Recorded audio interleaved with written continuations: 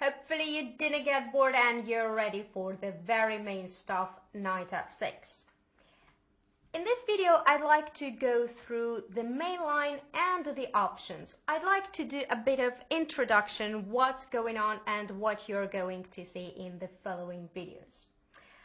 Here on knight f6, if you're not ready for the very sharp play, complicated play, you have an option of solid one, and it is knight c3.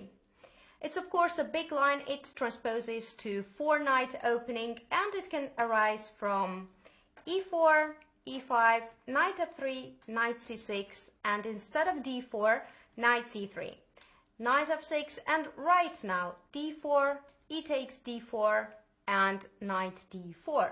Some players even use scotch the move order d4, e d4, knight d4, knight f6, and knight c3 to transpose in that opening.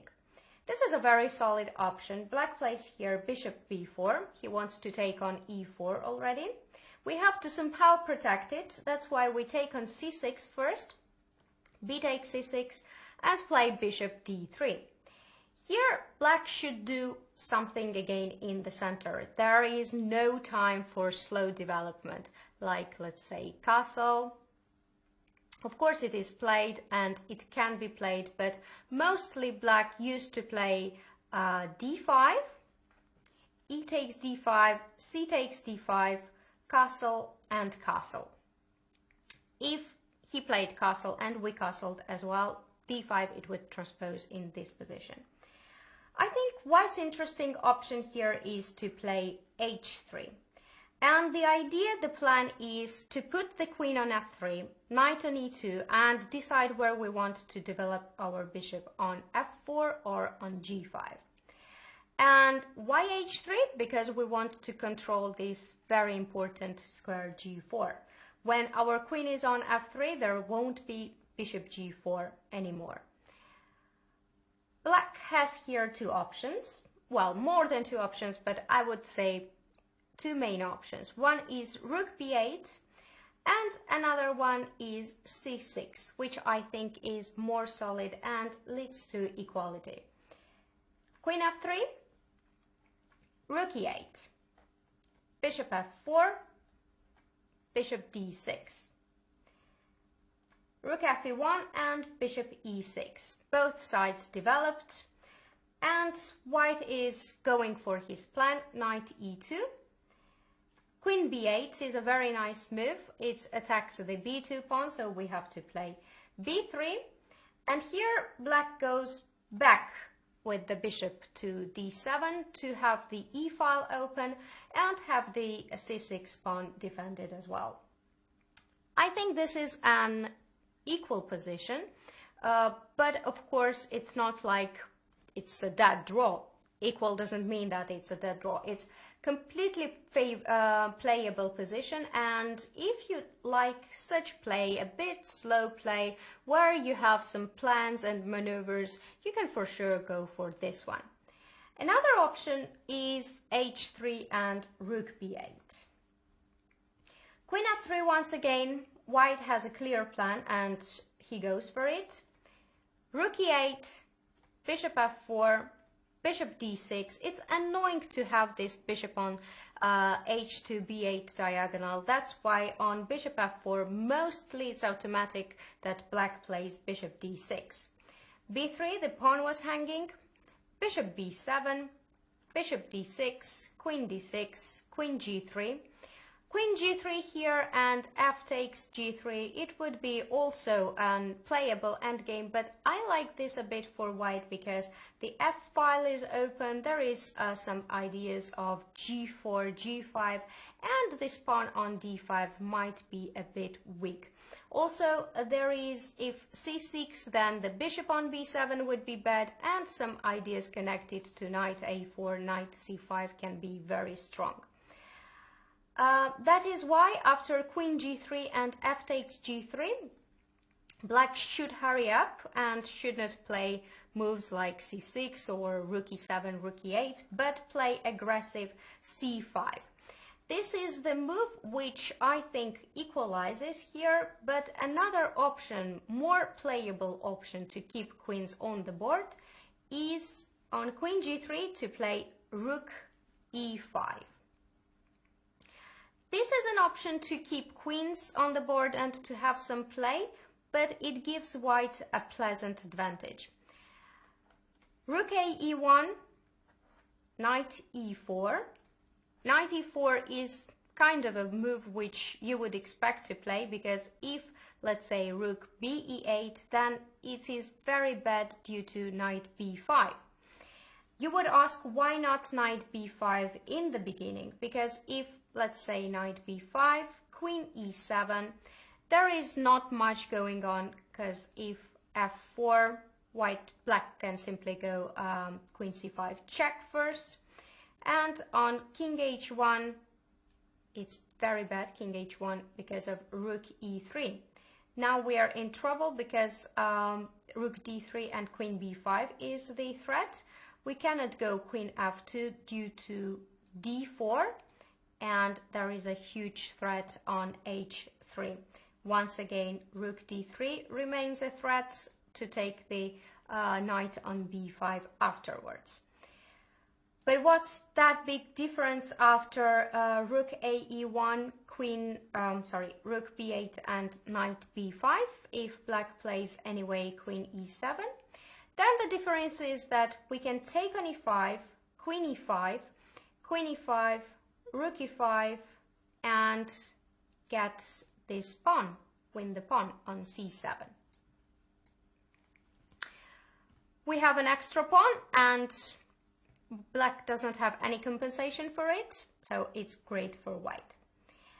That is why after rook a e1, knight e4 was played in the game once again between my husband Anish Giri and Buman 2013. Knight e4, d takes e4, bishop c4. Now black would have a bit of problems on f7 pawn, bishop c6 and queen e3. To eliminate this bishop on c4, it's not possible, because bishop d5 would run into rook d1, a very nasty pin. You don't really want to allow this, and c6, white would just go bishop e2 with the idea of c4. And you can see that this queen is very awkwardly placed, and the bishop as well, because now black would have problems to defend the e5 rook and the c4 threat as well. That's why after bishop c4, bishop c6 and queen e3 gave white a very pleasant advantage. White blocked the pawn on e4 with queen e3. Also, the pawn is on a7 under attack, and rook d1 is coming next, so that looks really nice for white. All right, that was it for the knight c3 option. If you'd like to play it, you should, of course, research more options for black and white, but I just wanted to give you a direction of solid option and did not want to go deep into analysis of knight c3. Our main option is knight c6, b takes c6 and e5. Here black should go queen e7, because knight d5, c4, knight b6 and bishop d3 is much worse version of what he can get in queen e7 lines. This is simply a pleasant edge for white. e5, queen e7, we cannot take the knight, the pawn is pinned, queen e2. Now the threat is new again, we can take on f6, knight d5, and c4 is the main option I am going to discuss in the following videos. Though there are some interesting moves, interesting options for blitz games, or for some games where you want to switch from c4 to knight d2 or to h4. Knight d2 is an interesting option as well to keep the move c4 for the next time. And there is also an interesting Morozevich move, h4. This is a kind of half-waiting move. Also, the idea is clear that we want to get our rook on third rank. And here I think the very interesting response is to block the e5 pawn and open up the diagonal for the bishop, queen e6. Instead of queen e6, f6 was played in the game of Morozevich Anand 2016 in Doha. And on c4, Anand reacted not in best way. He right away played knight b6, after which e takes f6, queen e2, bishop e2, g takes f6, and castle. White had a great advantage. I will just show you how the game went. Bishop a6 was played. Now the c4 is hanging, but White has a nice check on h5, king d8, and b3. And somehow Black's pieces are not consolidated. They are not connected with each other. The knight on b6 is a horrible piece. It cannot go anywhere, and the pawn structure of White is much better than Black. Black has 4 islands.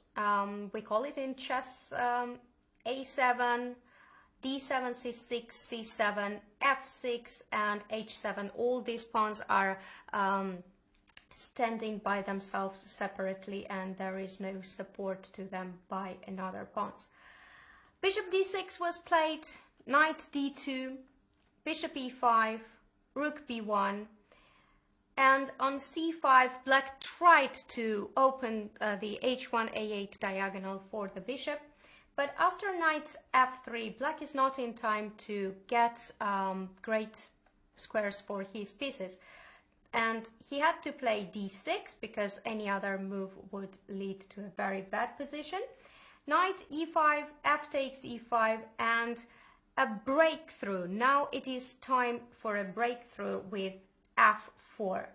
White has advantage of 2 bishops. After f4, it is very hard for Black to do something because the king is weak, the rooks are not connected, and when the king is weak, 2 bishops are great power. It can give checks on light squares and on dark squares, open files for White, and soon the game was finished into 1-0.